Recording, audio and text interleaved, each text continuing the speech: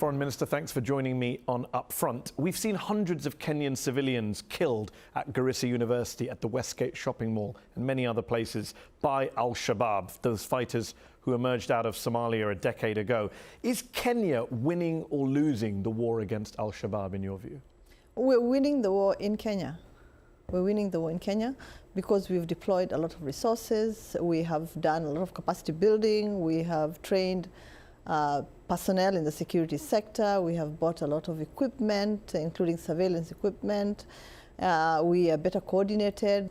So we are much better at preventing attacks than we ever were.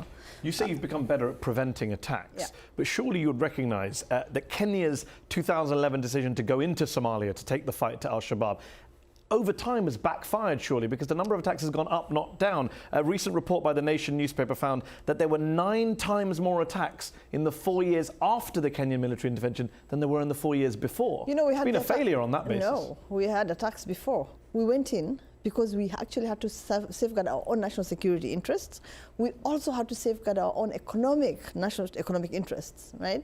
So there were so many reasons at all levels for going in, and we had the support of everybody around us, including the then Somali government. I'm not disputing that, I'm just saying that it doesn't seem to be working in terms of numbers. It's working. You say working. 5 years on from that intervention, Al-Shabaab seems to be able to carry out cross-border attacks in your country at will. Recently, 2 Kenyan police officers, they came into the country and took them away. Who are you comparing us to? Look at what's happening in Western Europe. What's happening in the rest of the world? Who are you comparing us to? We have done very, very, very well. Right? We have done very, very well in the last 15 months. What about the soldiers who were killed in January earlier this year? In Somalia, yes, El Ade. And El Ade was one huge, traumatic, experience for all of us. How many soldiers died in that attack? Well, frankly, the figures are still out. You don't know how many of your own soldiers died? No, I will not. There are some who say you don't want to say it because you don't want to undermine. I will not even go into that argument. I will not even go into that. You won't say how many soldiers died? If one dies, it's too many. One too many. If 2 die, okay, but not saying how many suggests you don't want to show that your war effort is losing. No. It's going badly. 10 too many. 12 too many. Okay. And everybody who is in this war against terrorism is trying their damn best. And I think the worst thing that you can do, right, is say that somebody is doing badly, because everybody is doing badly, and everybody is trying their damnest. I'm not speaking to everybody right now. I'm speaking to the Foreign Minister of Kenya. When I speak to other representatives of other governments, I also press them on their failures in this so-called war on terror. We are part of the globe. Well, we are part of the globe. Okay. And we are let's talk about globalized world. Fair enough. No one's disputing that. World. We are an interrelated world. Fine. But you wanted to talk about, you said you're winning in Kenya, maybe not in Somalia. Let's talk about inside of Kenya. In Somalia, we're also winning the war. Look at where Somalia was. Even though you've lost so many soldiers, you can't say how many. Look at where Somalia was just a few years back. Well, time is limited. Let's talk about Kenya. Inside of Kenya, you talk about inside of Kenya. Ever since 2011, ethnic Somalis in Kenya, many say, have been unfairly targeted, harassed, arrested, attacked, detained, tortured. That's according to Kenya's own National Commission on Human Rights, the US State Department's annual human rights report. Human Rights Watch. Who are they talking to? Human Rights Watch. Who are they talking to? None of them has come to talk to me. None of them has come to talk to any government agency. Who are they talking to? So hold on. What you're saying is the Kenya's National Commission on Human Rights is not talking to anyone. Who are they talking to? And the US State Department? Who are they talking to? Nobody? No. They've just made it up? They're making it up. Wow. The US State Department, your close ally, has made it up when it says the most serious human rights problems were security force abuses, including alleged unlawful killings, forced disappearances, torture, use of excessive force. You know what? It can either be a monologue or a dialogue. Okay. Right? It can either be a monologue. I'm putting the claim to you. You please tell me. If you want it to be a monologue and you want to talk to yourself, that's fine. I'm talking to you. But I can tell you. You're not answering me. That's exactly what all those guys are doing. Okay, what are they doing? They're talking to themselves. Okay. They're talking to themselves. They haven't interviewed and you know survivors, eyewitnesses. If you actually talk to yourself, right? Right? Then it's not possible to find a solution. Okay. You have to have a dialogue. Right? So otherwise, you have the dialogue of the deaf. Okay, so let's not have a dialogue of the deaf. Let me put a point to you, and you can reject it. Kenya's National Commission on Human Rights said in 2014 a huge police crackdown on suspected terrorists. Hold on. Let me finish the point. Interview them, because honestly, they haven't talked to me. They said, so if they don't speak to the Foreign Minister, their report doesn't count. I haven't seen the report. I haven't had any of my cabinet colleagues tell me that they have spoken to anybody in cabinet. Arbitrary arrests, extortion, theft, sexual harassment. It's all false. Sorry.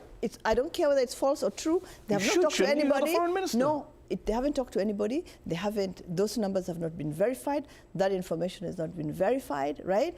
I am not saying that.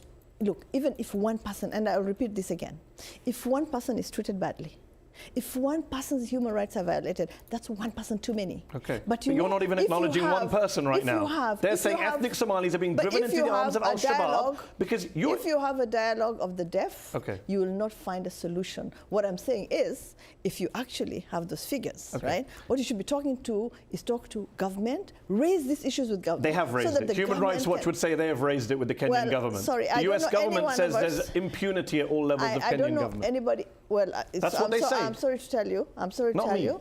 The US government, your ally, is saying that.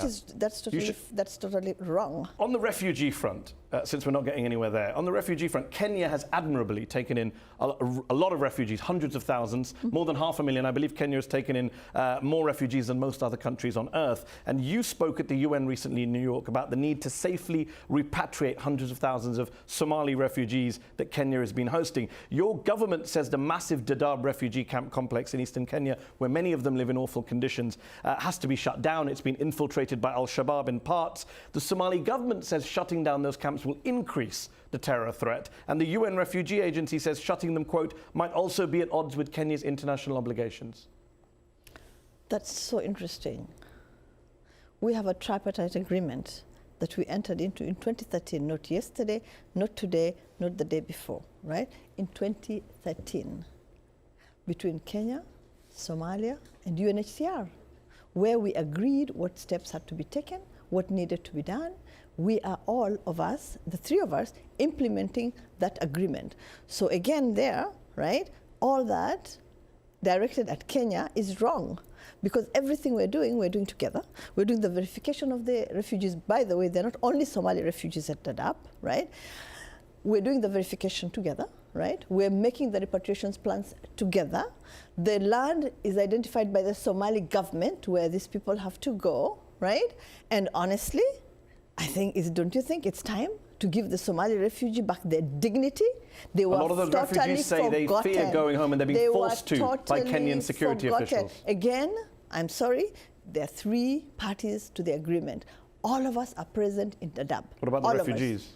All of us are present. Party to the agreement? UNHCR is there. And the UNHCR is criticizing your government? UNHCR is there and it has not criticized us. It said that the Kenyan government might be at odds with its international obligations. We signed the agreement with them. We have a tripartite agreement with UNHCR. Just because you signed an agreement doesn't mean you're not violating your obligations and we agreed elsewhere. on the steps that need to be taken. We actually agreed on the steps that were being... So why is the two other parties criticizing you? It's not a very good tripartite agreement if the Somali government and the UN Refugee Agency is criticizing you. No, the problem that we have, the problem is not repatriation, right? We have 27,000 that have gone back, 100,000 that have registered to go back but have not yet gone back.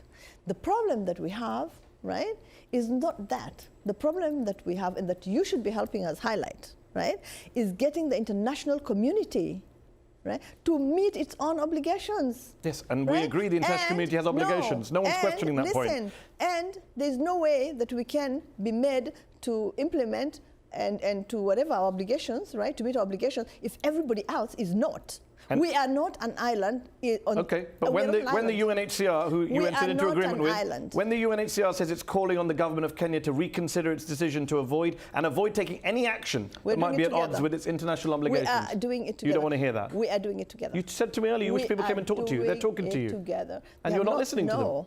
No, we're doing it together. We're doing it with They don't think that. It's a very odd definition of together because they don't seem to do that together. The verification is carried out by them.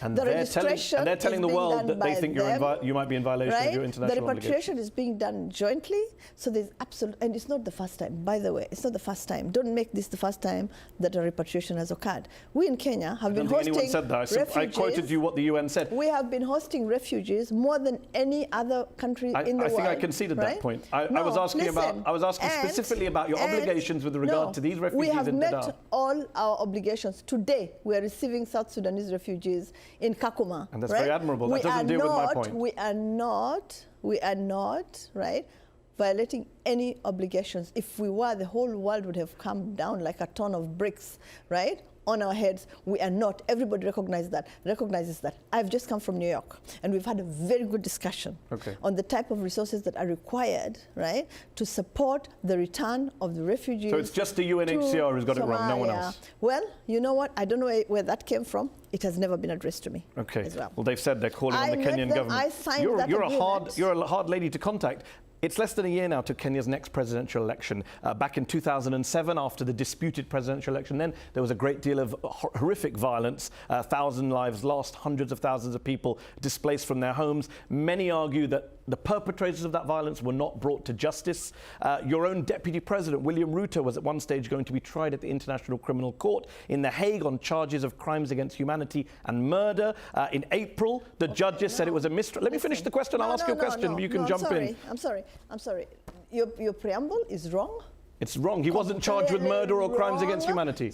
Was he charged with murder? Let me tell you was something he charged with murder and crimes? No, you said it was wrong. I have to tell you was he something charged else about law. with crimes against humanity and murder? Let me tell you something about law. So I wasn't wrong. Okay. So let me tell you something about law, right? Please do. You don't keep, right? You don't keep sentencing people. You allow the due process to take place, and when due process has taken place, right, and people are found to be innocent. He was not found to be innocent. That is incorrect.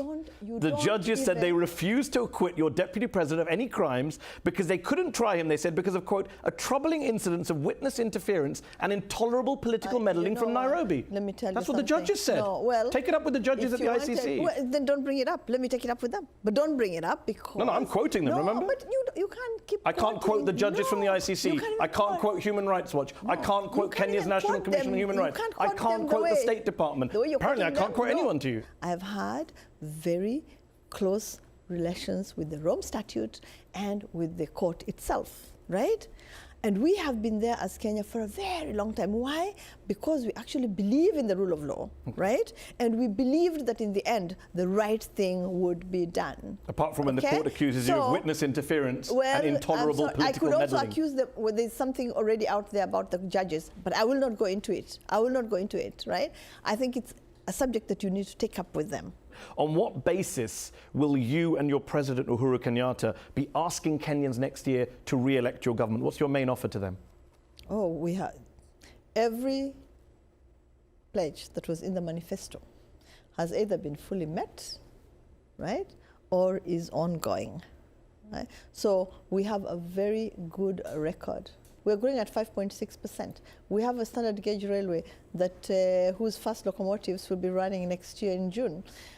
We have laptops provided to our children in schools, health services all the way to the counties, right? We have constructed roads. We have modernized the port. Investors were coming in. In 2013, right, there were about 100 British companies in Kenya. Today, there are 210 that have a presence. The same for the French, right? We have doubled the numbers. The German companies, we've also increased the numbers. Japanese companies, Chinese companies. And we're not looking one direction or one way, right? Small marketplace, we're competing with everybody else, and we're doing well. Okay. Amina Mohammed, thanks for joining me on Upfront.